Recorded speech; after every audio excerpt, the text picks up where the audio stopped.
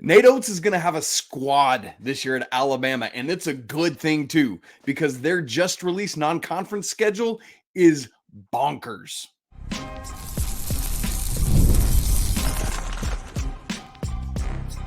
You are Locked On College Basketball, part of the Locked On Podcast Network. Your team every day. Hey there, what's up? Welcome into the Locked On College Basketball Podcast, the only daily national college hoop show out there. I'm your host today, Isaac Schade, and you're joining us at the place to get your college basketball content every single day. I want to thank you for making us your first listen or watch and remind you that you can get every episode ad-free on Amazon Music. This episode is brought to you by FanDuel. Make every moment more as the playoffs wind down and the sports stop sportsing like we want them to. It's all right, because this summer, FanDuel is hooking up all customers with a boost or a bonus every day. That's right. There's something for everyone every day all summer long. Visit FanDuel.com to get started. Hey, if you are an everydayer or part of our Locked On College Basketball Discord family, I want to give you a special welcome. So glad you're here. To those of you who aren't part of one of those groups, man, come on in and make part of this your daily routine. All you college basketball fans out there, you need it in your life. Coming up on the show today, going to be super fun. We're taking a look at Alabama's full non-conference schedule, which was released on Tuesday. Going to unpack it, look at the landmines, the hard spots, the easy spots. We'll add in some of the conference schedule, what we know about it. I'm going to give you my prediction on Alabama's regular season record.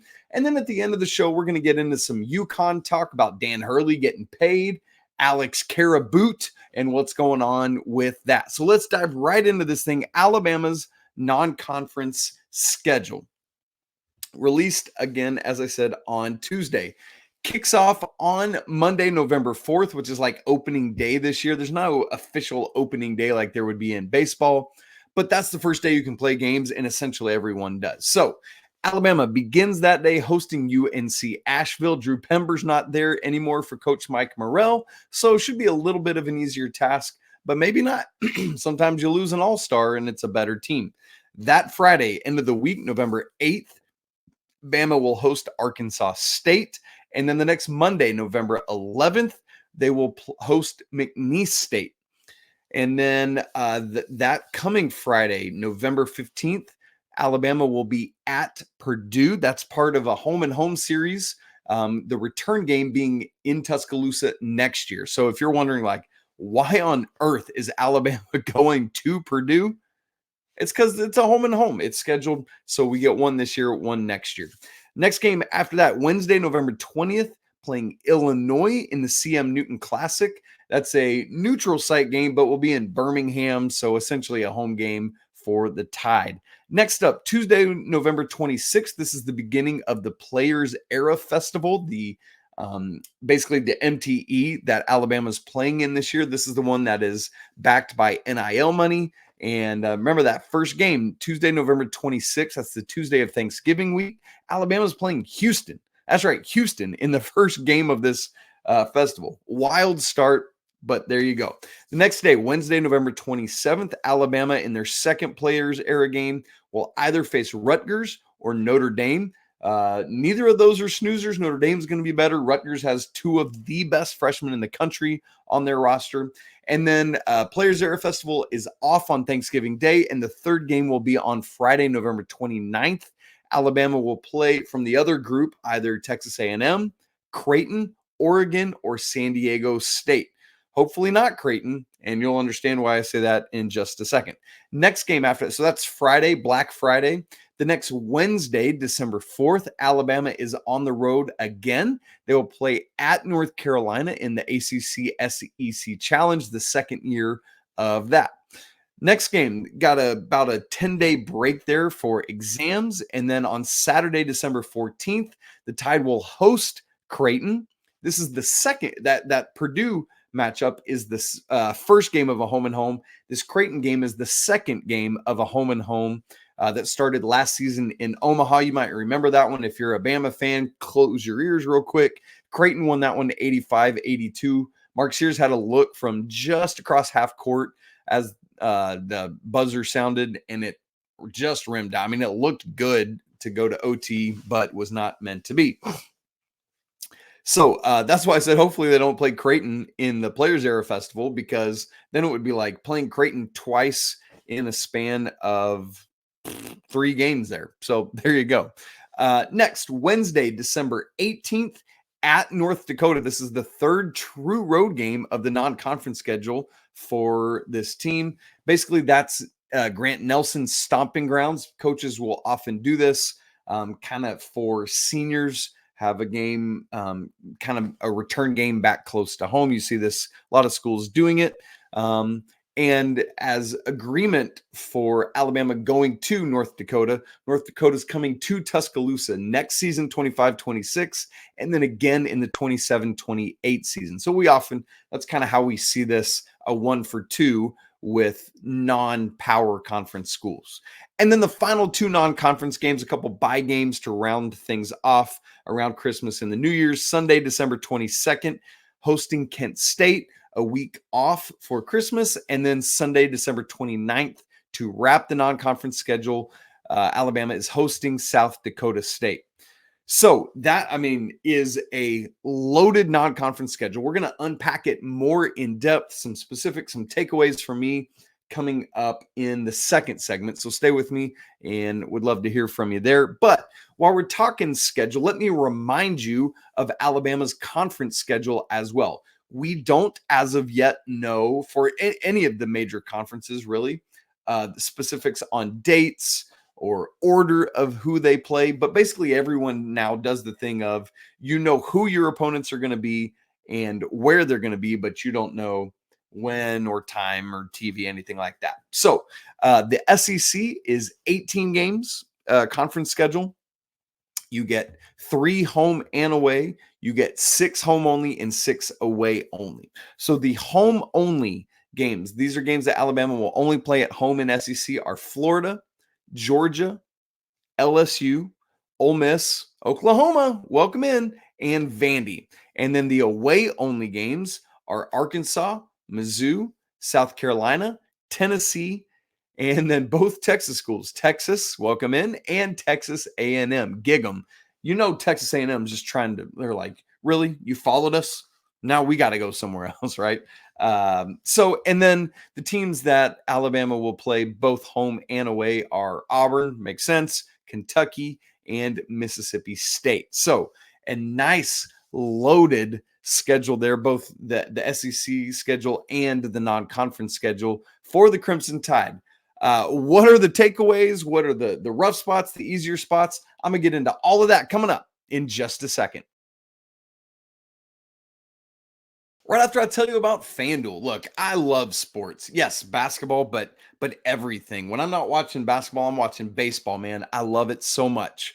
But really, right now, that's the only sport going on is baseball. And so as we just get fewer games, the sports aren't sportsing like I want them to. But the good news is that FanDuel lets me keep the sports going whenever I want. All you got to do, open up the app, dream up bets anytime you're in the mood, and you're good to go.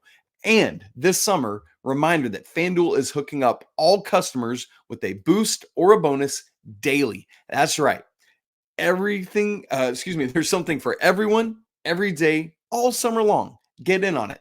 How about some World Series champion odds? Dodgers lead the way plus 320, followed by the Phillies plus 450. Yankees have the best AL odds at plus 550. Orioles plus 700, and the Atlanta Braves round out that top 5 at plus 900. Those are your top 5 teams with best odds to win the World Series. So if you want to get in on that action, head on over to FanDuel.com and start making the most out of your summer. FanDuel, official sports betting partner of Major League Baseball. You just heard me walk through Alabama's non-conference schedule. Let me give you some takes, some thoughts on it. Here we go. Interestingly, with the SEC, something to keep in mind, we just talked about the conference games. There were only 18 in the SEC. The other 3 power conference schools, and usually I include Big East in these, but I'm just meaning it from like the top 4 right now. The others, ACC, Big 12, and Big 10, All three of those now play 20-game conference schedules. The SEC is the only one that doesn't. What's interesting about that is it allows for the SEC to have greater scheduling flexibility in the non-conference portion. So for those who are unaware, you get 31 regular season games. There's a few loopholes you can utilize. Like if you play at Alaska, a school in Alaska, or at a school in Hawaii, that's exempt. And so you could actually play 32. Some schools take advantage of that. Like we'll play Hawaii on the way out the Maui Invitational or something like that. Other than that, you play 31 regular season games. So what that means for ACC, Big 10, Big 12 is they have 20 conference games, meaning they only get 11 non-conference games. That's less space for bye games, less space for scheduling home and homes like what Alabama has going right now with both with Creighton and Purdue. Less opportunity to work in the newcomers, freshmen and transfers, and all that.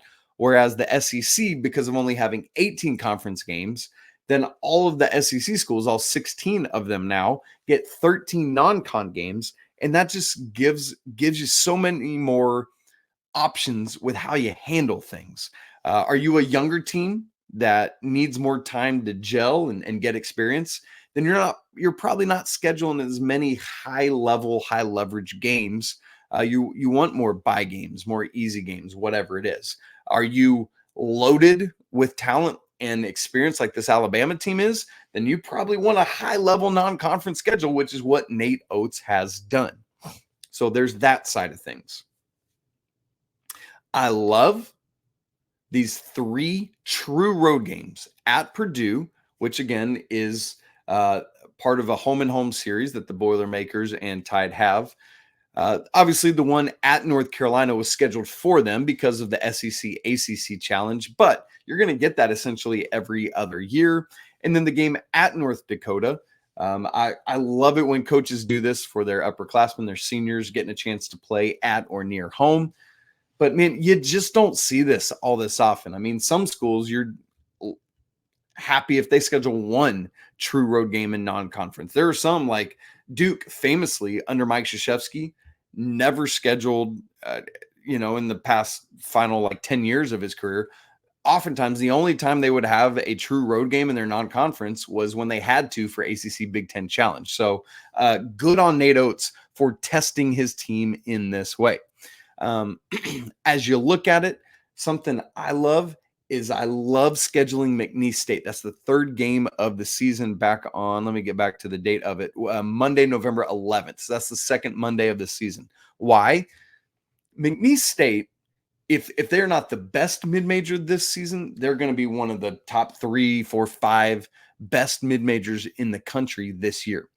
One of the things that's often true is that high-level mid-major schools have trouble convincing high-level power conference teams to schedule them. And so the fact that Nate Oats and his staff are willing to take this game against Will Wade is great. And Will Wade knows this team because they played each other in the SEC when Will Wade was at LSU, right? And so this is a great test for Alabama. It's a great test for McNeese State. If they can win this and even further prove what they think they are this year and prove it to America, because I'll tell you what, there are going to be people, Alabama's going to get first place votes in the AP poll, a preseason AP poll. You can believe that. So if McNeese State could pull that off, man, that'd be massive for them. All that to say, I love Coach Oats scheduling this game. Now, Alabama, as we look at this non-conference schedule, got some easier bookends. The first 2 games and the last 2 games in the non-conference should be pretty easy bye games. Again, that's hosting UNC Asheville and Arkansas State the Monday and Friday of the first week, and then hosting Kent State and South Dakota State. That was December 22nd and 29th, if my brain is working correctly. Let me look back at it just to verify. Yes, that's Sunday to Sunday, those games. But in between that, it is a tough 9-game stretch from Monday, November 11th. That's the McNeese State game, through Wednesday, December 18th. That's the game at North Dakota. I think Alabama should win that game, But man, true road environments, North Dakota, I know school's going to be out of session, so that helps. But man, anybody that can is going to be there for that game to make it loud and boisterous. Here's that 9-game stretch. You host McNeese State, which again, for a bye game for scheduling non-conference, that is tough, man. And then you go to Purdue just 4 days later. Now, obviously, they don't have Zach Edey anymore, but they're still a tough team. Braden Smith's one of the best point guards in the country. Fletcher Lawyer's been working his butt off this season, looked great at, which was he at the Jason Tatum? Yes, he was at the Jason Tatum Elite Camp last week, looked really good. Right after Purdue, you got another Big Ten game. You're playing Illinois, neutral site game, but it's essentially a home game, so that's nice to have. But then right after that, you've got a Big 12 game against Houston as you start the Players Era Invitational, and then either Notre Dame or Rutgers, who, as I said, are both improved. Rutgers obviously loses Cliff Omori to Alabama, so that's a storyline if that game materializes. And then either Texas A&M, Creighton, Oregon, or San Diego State, those are all going to be really good teams as well, whoever that third Players Era game is against. And then right after that, you go to North Carolina. And I know that Alabama has had North Carolina's number a little bit lately, winning at PK 85 2 seasons ago. That's the 4 overtime game. Obviously beating North Carolina in the Sweet 16 last year, beating out North Carolina for Jarin Stevenson, whose mom played at North Carolina. But these true road games like that are very difficult. So that should be an electric game Wednesday, December 4th. Very excited for that one. That's going to be one of my favorite non-conference games. Then get 10 days off, but then you host Creighton, who's going to be really good. They obviously lose Trey Alexander, but Ryan Kalkbrenner's back. Stephen Ashworth is back. Baylor Shireman's obviously gone as well, but Creighton's still going to be really good. And so we'll look for that. And then you wrap up that 9-game stretch at North Dakota. So that middle 9 games of the non-conference schedule, y'all, I'm just telling you, is wild. 6 home games in the non-conference. 6 of the 13 are at home. 4 essential bye games that should be pretty easy. But then you've also got the McNeese State game, which you could look at as a bye game, but not easy. And then the Creighton game as well.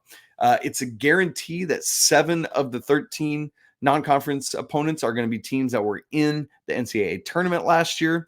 And in playing Purdue and Houston and North Carolina, what do those teams have in common? All 3 were 1 seeds in the NCAA tournament last year. Now, I know in the transfer portal era, nobody is the same thing year to year, but Houston's going to be phenomenal again. I think Purdue takes a little step back, and I think North Carolina takes a little step back, but still, all 3 of those teams were number 1 seeds last year in the NCAA tournament. The only number 1 seed they're not playing Alabama in the non-con is UConn. So there you go. Going to be a really, really difficult schedule. So looking at record predictions before we move on to actually talking about UConn in the third segment today, as I look through that non-conference schedule, I think, yes, guaranteed 4-0 in those bookend games, the first 2 and the last 2. But then of that middle 9-game stretch, I'm going to say that Alabama goes 6-3 in that stretch. Some of the ones I look at as possibilities to lose at Purdue. I know they're not as good, but that's a game you could very easily lose. Houston is going to be legit. The game at North Carolina is really tough, and the game hosting Creighton, I think, is really tough. So I'm going to go a little conservative on that one and say Alabama loses 3 of those games. So give me 10-3 for the non-conference portion of the schedule. And then, though, as I look at the conference schedule, Alabama should be fine with these home games. Florida's going to be good. I just don't see. I mean, Georgia, LSU, Ole Miss, Oklahoma, Vandy should go 6-0 at home in those home-only games. The away-only games, Arkansas is going to be better, but I still think Bama should go in there and win. Mizzou has a really talented class coming in, but they're going to be young, should win that game. South Carolina, at Tennessee. That's the toughest away only game. And then at Texas A&M. Again, those are good squads, but I think Bama should be able to do it. And then Auburn, home and away, Kentucky, home and away, Mississippi State. So honestly, I'm going to give the same loss total there in the conference portion of the schedule. Give me 15-3 for that. And that gives us a total of 25-6 in the regular season. So I think I was a little conservative in the non-conference schedule. I think I was a little giving to Alabama in the conference portion of the schedule, because that is a tough conference schedule as well. Could easily get up to 4 or 5 losses. That's just the nature of regular season. But then I think Alabama is going to have a great postseason run. But give me 25-6 for Alabama's regular season total. What are your thoughts? Good, bad? Should have fewer losses, more losses? What do you think? Let me know. Now, let's move on to talking about UConn. Don Hurley. Dan Hurley has a new contract in place, and as well he should. And we've got an Alex Caraboot situation. Let's talk about all that in just a second.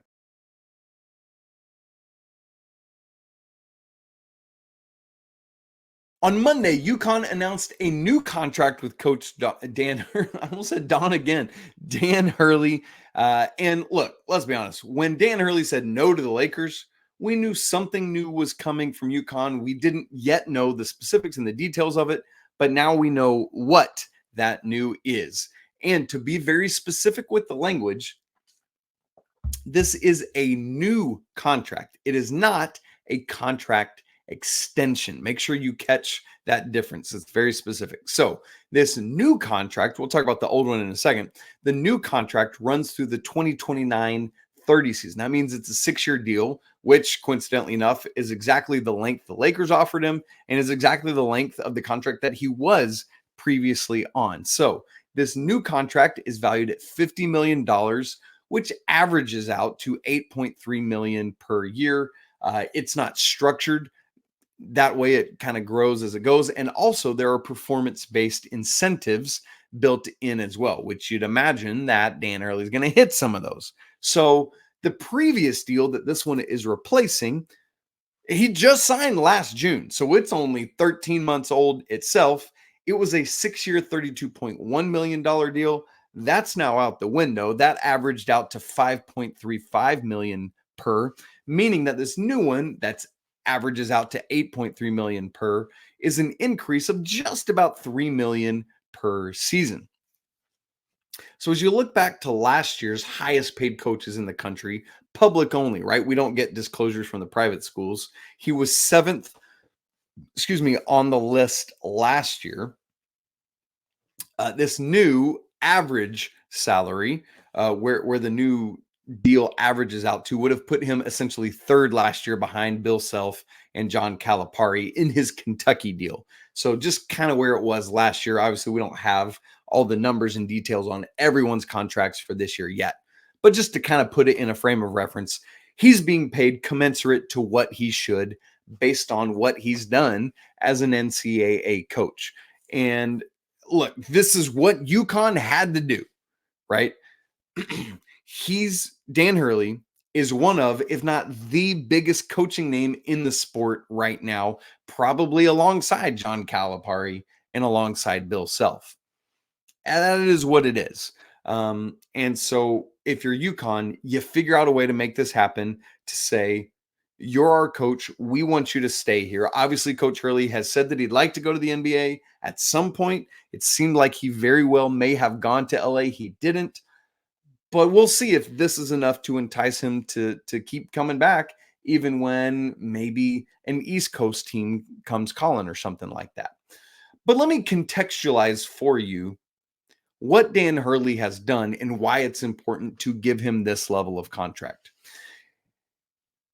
17 ever coaches, only 17 have won multiple national championships. And we're talking about since 1939, when essentially we went to the tournament era.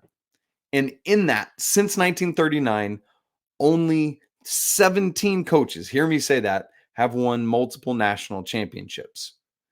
Furthermore, only 3 of those are active, and their names are Rick Pitino and Bill Self and Dan Hurley. That's it. That's the only 3 active coaches with multiple national championships.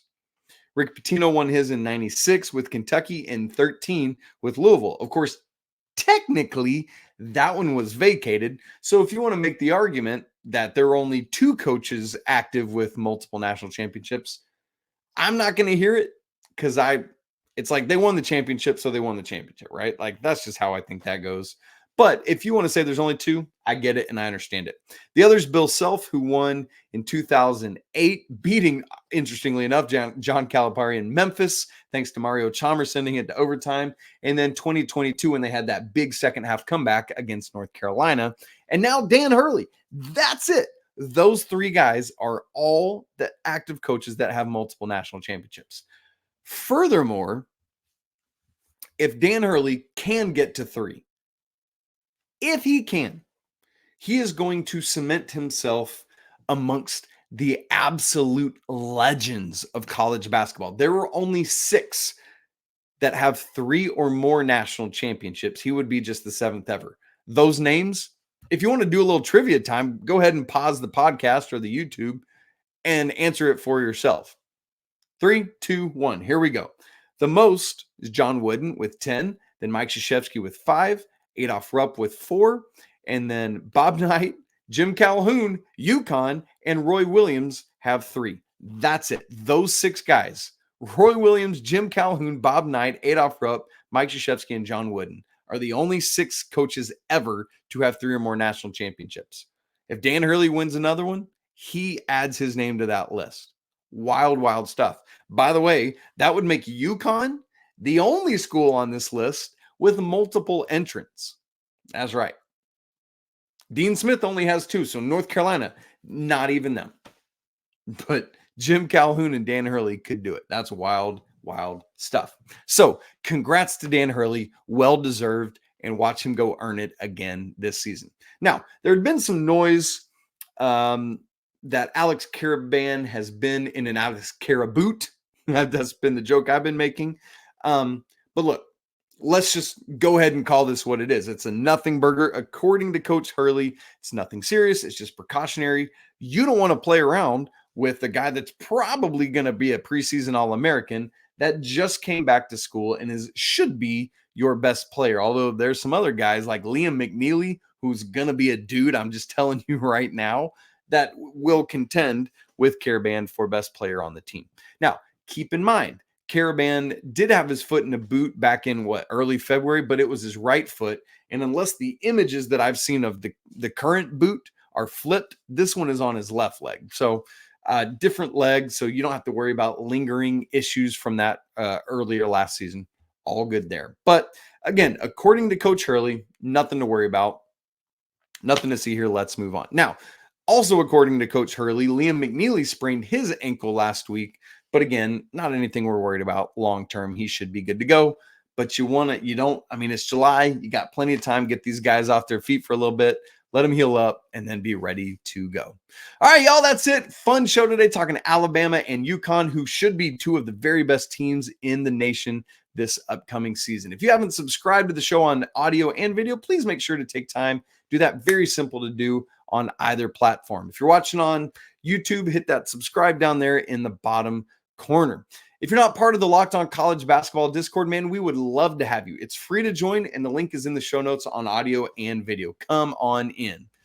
As always, we want to say apologies to the lawyer family. Let's go Wildcats, and until tomorrow, I'll be right back with you. Peace.